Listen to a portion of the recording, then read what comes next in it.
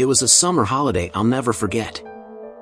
I was 11, maybe 12, a shy, out-of-shape kid traveling with my parents in Europe.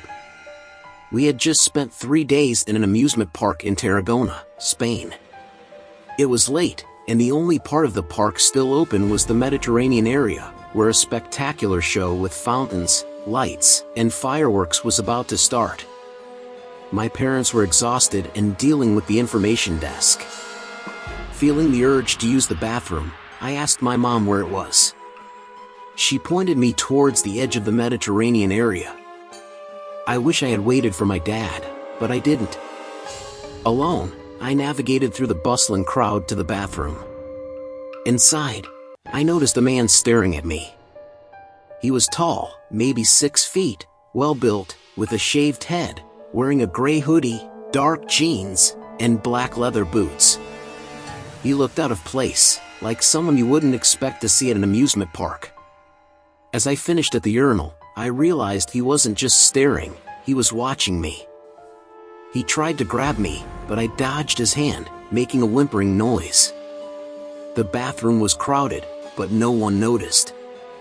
I left quickly, hoping to lose him in the crowd by the lake where the show was starting. The loud music and stunning visuals made it easy to blend in, but when I looked back, he was still there, his head now up, following me closely. Panic set in. I squeezed through the dense crowd, heading towards a maintenance path with the gates slightly ajar. The pathway was empty, far from the show. I ran as fast as my asthma would allow, but he was gaining on me, his boots pounding louder and louder. I reached the turn and almost slipped, feeling a rush of air as he swung at me. He shouted something in a language I didn't recognize, Russian, maybe. I dashed towards the plaza, where the information center was. The man slipped into the maintenance gate, disappearing from sight. I ran to my mom, clutching her leg, stuttering and almost crying. She brushed me off, too busy with the lady at the counter. I sat down, scanning the plaza nervously. There he was, hiding behind a signpost in the dark corner of the plaza. We made eye contact, and I quickly turned away, terrified. When my parents were ready to leave, I told them everything. They didn't believe me, thinking I was just being paranoid. But I knew what I saw. The loud music and crowd would have masked any cry for help. I shuddered, realizing how close I had come to being taken. Since then, I never go anywhere alone in an amusement park. Just as we were about to leave the park, I felt a tap on my shoulder. My heart stopped. I turned around, and it was the same man, now standing very close to me. His eyes were cold and calculating. I froze, unable to move or scream. He leaned in and whispered, "Next time, you won't be so lucky." That night, I couldn't sleep. Every creak, every shadow seemed like a threat. I kept imagining the man standing outside my window, watching, waiting. I stayed up late, my heart racing at every noise. The fear was overwhelming, and I felt helpless. Weeks passed, and I tried to push the memory away, but it lingered. I became paranoid, always looking over my shoulder. One day, while walking home from school, I noticed a car following me. My heart pounded as I quickened my pace. The car sped up too. I turned a corner and ran to a nearby store, hiding behind the shelves. The car drove by slowly, and I saw the man from the park behind the wheel, scanning the street. I called my parents from the store, and they picked me up. I was shaking, my voice barely above a whisper as I told them what happened. They finally believed me and contacted the police. An investigation was opened, but the man was never found. The experience left me scarred, always looking over my shoulder, afraid he would come back. Months later, I was home alone one evening. The house was quiet, and I was doing my homework when I heard a noise from the backyard. My heart skipped a beat. I grabbed my phone and walked slowly towards the back door. Peeking through the curtains, I saw a shadow move past the window. I dialed 911, my hands trembling. the operator stayed on the line with me as I described what I saw.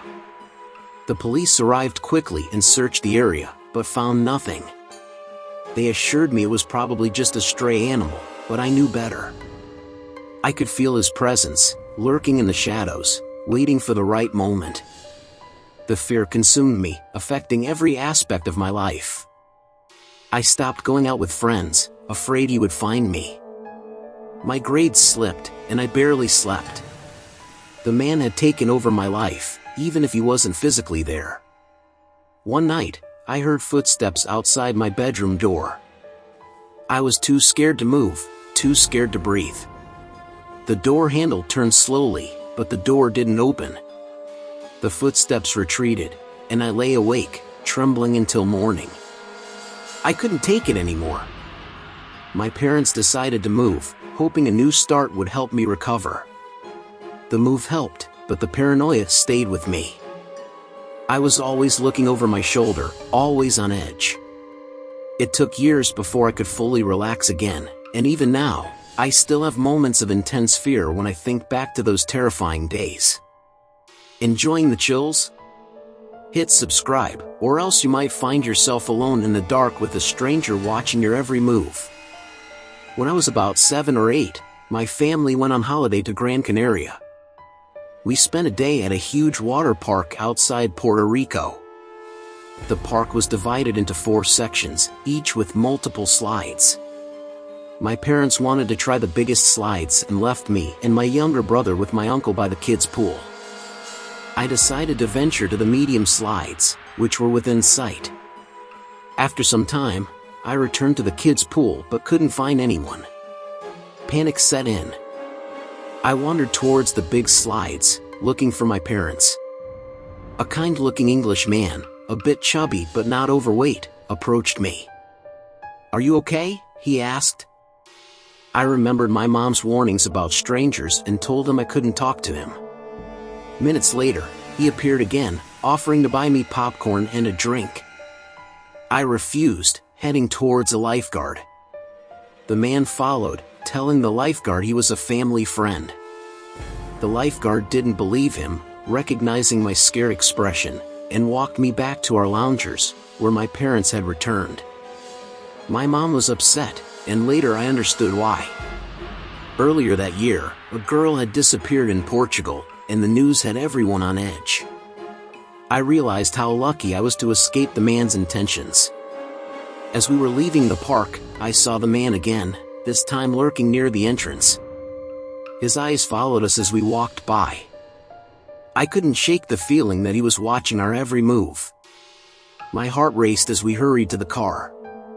Even as we drove away, I kept looking back, half expecting to see him following us.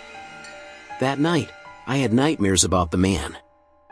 I dreamt he found me, and there was no one around to help. His eyes, cold and relentless, haunted me. For weeks, I was scared to go anywhere alone.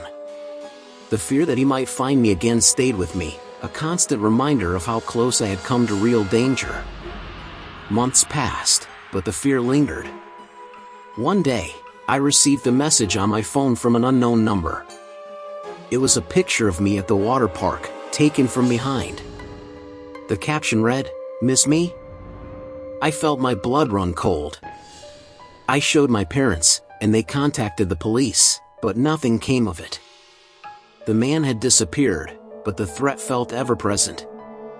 I started noticing small things being out of place at home. Items would be moved, doors that I knew I had closed were open, and there were strange noises at night. My parents thought I was just being paranoid, but I knew something was wrong.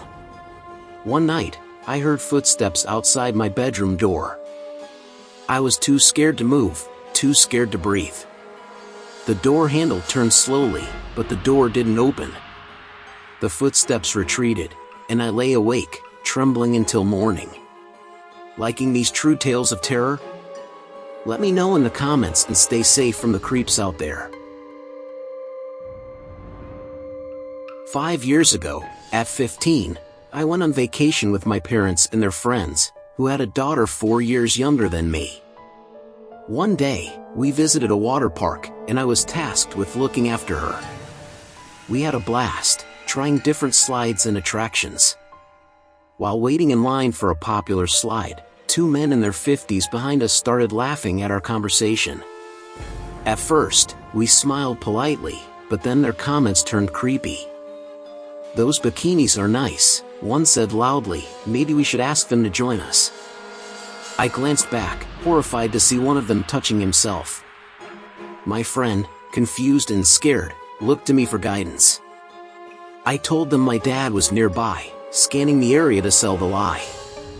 Grabbing her hand, I ran to another attraction, but they followed, taunting us. In the new queue, they cornered us again. "Why are you running?" "We just want to have fun," one sneered. Desperation made me shout, "We don't want to." "Stay away!" Loud enough for others to hear. Some teenagers nearby noticed and pretended to know us, inviting us to join them. The men, realizing they were outnumbered, left the queue. We stuck with our new friends for the rest of the day. Heading to the changing rooms, I heard a familiar voice. One of the men was inside, helping a child change. Our eyes met, and he quickly left, but the encounter left me shaken. We thanked our new friends and reunited with our parents. If not for those teenagers, our day could have ended very differently. As we were about to leave the park, I saw the men again, standing near the exit. Their eyes locked onto mine, and I felt a chill run down my spine. They smiled, a knowing smile, as if to say, "This isn't over." We hurried to the car, my heart pounding in my chest. That night, I couldn't sleep. Every noise, every shadow seemed like a threat. I kept replaying the day's events in my mind, wondering what might have happened if those teenagers hadn't intervened. The fear stayed with me for a long time, a constant reminder to always be cautious. Weeks later, I started noticing strange things happening around me. My social media accounts were hacked, and I received creepy messages. One day, I found a note slipped under our front door. It read, "We know where you live." My parents contacted the police again, but without concrete evidence, there was little they could do. The fear grew, and I felt like I was being watched all the time. Months passed, and just as I was beginning to feel a little safer, I saw one of the men from the park near my school. He didn't approach me, but his presence was enough to send me into a panic. I alerted the school authorities, and they called the police. The man was gone by the time they arrived, but the incident shook me deeply. A few weeks later, my family decided to move to a new town, hoping to escape the fear and start fresh. The move helped for a while, but the paranoia stayed with me. I was always looking over my shoulder, always on edge. It took years before I could fully relax again, and even now, I still have moments of intense fear when I think back to those men and what could have happened. It was the beginning of summer, and I begged my mom to take me to the water park in the next town. She couldn't drive, so she arranged for her friend to drop me off and pick me up. I was a decent swimmer and had been there alone a few times before. With money for admission and snacks, I was set for a fun day. Arriving in the early evening, the park wasn't too crowded. My favorite was the River Rapid Slide, a series of small slides with pools in between. Most kids didn't use the rubber rings, making it a free-for-all. I went down the slide several times, enjoying the thrill. On my fifth run, I entered the dark section and saw a woman in her 30s or 40s lying on her stomach, laughing hysterically. Her laughter echoed off the slide walls, sending chills down my spine. She looked at me with wide eyes, pushed herself down the slide, still laughing. I waited before sliding down, hoping she was gone. But she wasn't gone. As I slid down again, the same eerie laughter greeted me. There she was, in the dark section, her eyes locked onto mine, her laugh even more manic. This time, she stayed longer, her cackles growing louder. My heart raced as I pushed myself down the slide, desperate to escape her unsettling presence. I decided to avoid the river rapid slide and try the black hole slide instead. This one was a one-person slide, and you had to wait for the green light. As I flung myself into the darkness, I heard a second thud behind me. Panic surged through me as I realized she was following me again. Her laughter filled the enclosed space, echoing louder and louder. Fear took over. I pushed myself faster, my hands slamming against the slide surface. I could feel her gaining on me, her laughter never ceasing. When I reached the bottom, I threw myself out of the landing area, scraping my knee in the process. Without looking back, I sprinted to the changing rooms, locked myself in a stall, and removed the key from my ankle. I quickly grabbed my belongings, changed, and bolted from the building. I called my mom, and she sent her friend to pick me up immediately. The woman's maniacal laughter haunted me for weeks, and I never returned to that water park again. As I waited outside for my mom's friend, I couldn't shake the feeling that I was being watched. Every laugh, every sound made me jump. Finally, her car pulled up, and I got in, feeling a wave of relief wash over me. But the fear didn't leave. For weeks, I had nightmares of the woman's laughter echoing in my ears. Months later, I decided to confront my fear and returned to the water park, this time with a group of friends. We went on various slides, and I tried to avoid the ones that reminded me of the laughing woman. However, curiosity got the best of me, and I found myself heading towards the river rapid slide. As I stood at the top, my heart pounded. I took a deep breath and slid down, bracing myself for the dark section. This time, the slide was empty, and I felt a mix of relief and triumph.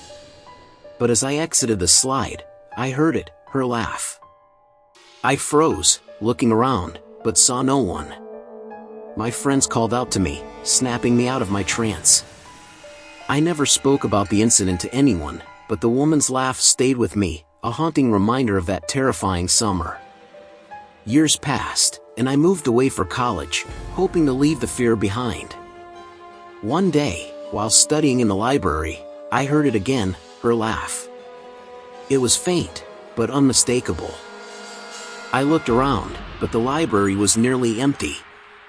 My hands shook as I gathered my things and left. The fear that she had found me again was paralyzing. I decided to see a therapist to help deal with my fear. The therapist listened patiently as I recounted the events, and together we worked on coping mechanisms. Slowly, I started to regain some control over my life, but the laughter still haunted me. One day, while walking through a crowded street, I heard her laugh again, clear as day. I spun around, scanning the faces in the crowd. There she was, standing a few feet away, her eyes locked onto mine. My heart raced as she smiled, a cold, eerie smile. She turned and disappeared into the crowd, leaving me standing there, trembling. I realized then that the fear would always be a part of me, but I refused to let it control my life. I continued therapy, and with time, the nightmares lessened.